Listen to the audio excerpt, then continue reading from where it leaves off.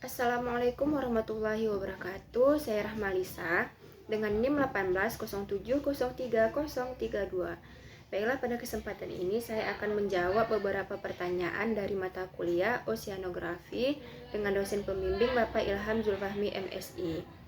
Adapun pertanyaan pertama yaitu apa perbedaan alga dan ganggang. Alga merupakan sekelompok organisme autotrof yang tidak memiliki organ dengan perbedaan fungsi yang nyata, sedangkan ganggang merupakan tumbuhan yang belum mempunyai akar, batang, dan daun yang sebenarnya, tetapi memiliki klorofil sehingga bersifat autotrof. Ganggang dapat ditemukan di air tawar maupun di air laut, sedangkan alga dapat ditemukan di tempat-tempat yang lembab. Kemudian pertanyaan kedua, apakah ada produsen sekunder? Menurut saya ada, karena produsen merupakan makhluk hidup yang dapat membuat zat organik dan anorganik, atau dapat membuat makanan dengan sendiri.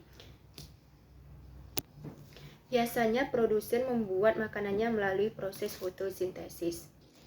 Contohnya yaitu tumbuhan hijau, alga, dan juga lumut. Semua tumbuhan hijau merupakan produsen. Kemudian pertanyaan ketiga, apa perbedaan zona fotik dan afotik? Zona fotik adalah bagian lautan yang menerima sinar matahari dan dapat memungkinkan terjadinya fotosintesis. Zona fotik ini memanjang dari permukaan hingga kedalaman 200 meter.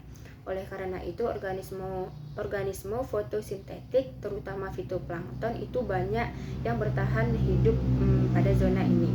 Sedangkan zona afotik merupakan bagian lautan yang tidak menerima sinar matahari. Sinar matahari tidak dapat menembus zona ini karena kedalamannya yang terbentang dari kedalaman 200 meter di dasar laut hingga ke dasar laut secara vertikal. Zona ini tidak menerima sinar matahari, oleh karena itu organisme fotosintetik jarang sekali ditemukan di zona ini. Karena zona ini juga termasuk zona yang mempunyai temperatur yang rendah dan tekanan air yang tinggi. Pertanyaan keempat, selain cahaya, komponen apa yang dibutuhkan untuk fotosintesis? Fotosintesis memerlukan bahan berupa karbon dioksida, air, cahaya matahari, dan klorofil. Adapun hasil dari proses fotosintesis ini adalah glukosa atau amilum dan oksigen. Kemudian pertanyaan yang kelima, definisi dari fitoremediasi. Fitoremediasi merupakan sebuah upaya penggunaan tanaman dan juga bagian-bagiannya untuk dekontaminasi limbah dan bagian-bagian masalah pencemaran lingkungan, baik secara ex situ maupun in situ. Secara ex situ dapat dilakukan dengan menggunakan kolam buatan atau reaktor, sedangkan in situ yaitu secara langsung di lapangan pada tanah atau daerah yang terkontaminasi limbah. Yang pertanyaan terakhir yaitu fase lag, log, dan stasioner. Apakah ada ciri-cirinya? Fase lag merupakan fase penyesuaian bakteri dengan lingkungannya yang baru. Durasinya berlangsung pada fase ini bervariasi dan ditentukan dari komposisi media, pH, suhu, aerasi, jumlah sel, dan sifat fisiologisnya.